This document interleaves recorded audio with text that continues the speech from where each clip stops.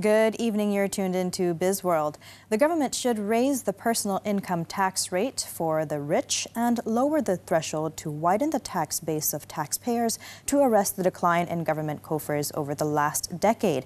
According to the World Bank Group's lead economist for Malaysia, Apurva Sanghi, a clear direction to phase out blanket subsidies and lean towards a more targeted subsidy framework is vital, as the subsidy bill weighs 2.4% of GDP.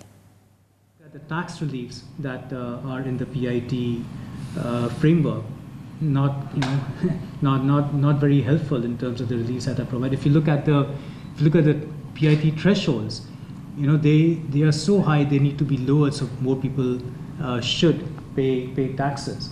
Even the PIT tax rate, the marginal tax rate for the very upper income and earners, that can be increased. So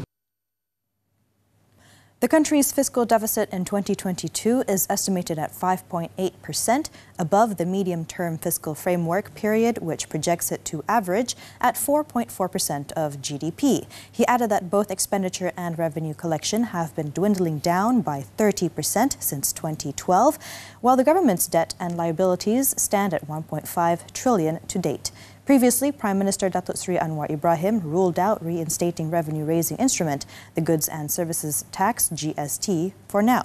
Malaysia has posted persistent fiscal deficits since the Asian financial crisis back in 1997. Meanwhile, Apurva said Budget 2023, which will be retabled on February 24th, is expected to be based on the current analysis and policy measures. Albeit a new government, this budget is expected to adhere to the 12th Malaysia Plan objectives, whereby digitalization and sustainability are identified as the new drivers of growth for Malaysia.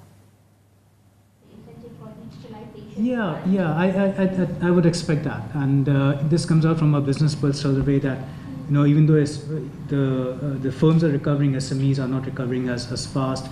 Digitalization is the most asked for government support program. So we would expect more support to SMEs. On cost of living and food security, he said the government is expected to come out with some measures to support the agriculture sector. He also complimented that Malaysia's development spending is at par with Organisation for Economic Cooperation and Development, OECD's development spending. However, implementation and execution are areas that need to be worked on.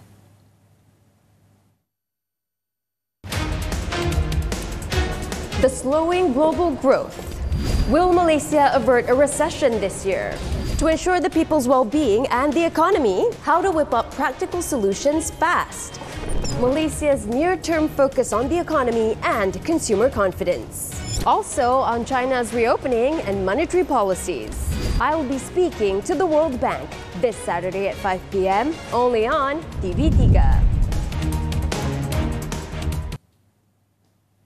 Sime Darby plantation expects to resume its exports of palm oil to the United States. This following the U.S. Customs and Border Protection's CBP findings that its products were no longer being produced through the use of forced labor. The company is optimistic that the tremendous strides it has made in bolstering the quality of life for its workforce will be recognized by the CBP. Sime Darby Plantation was among the 8 companies in the plantation and glove manufacturing sectors slapped with a withhold release order, WRO, on their products by the CBP in relation to forced labor allegations. Meanwhile, FGV Holdings, the other affected plantation group, said in January that it expects the CBP's ban on its products to be lifted by year-end, with a petition to be submitted by end March. The WRO was issued in September 2020.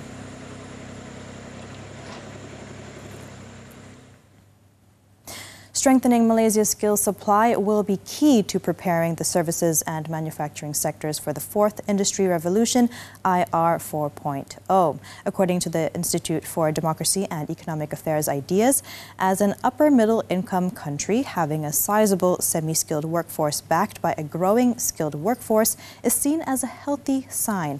The Malaysian think tank, meanwhile, stated that the lack of skilled workers is one of the major factors hampering Malaysia's ongoing development. The Research Institute also outlined several policy recommendations, including encouraging greater collaboration between private sectors and training institutions, upskilling and reskilling the workforce. That's all the time we have for Bizworld. I'm Sabrina Zainal. Thank you for watching and keep tuning in to TV3.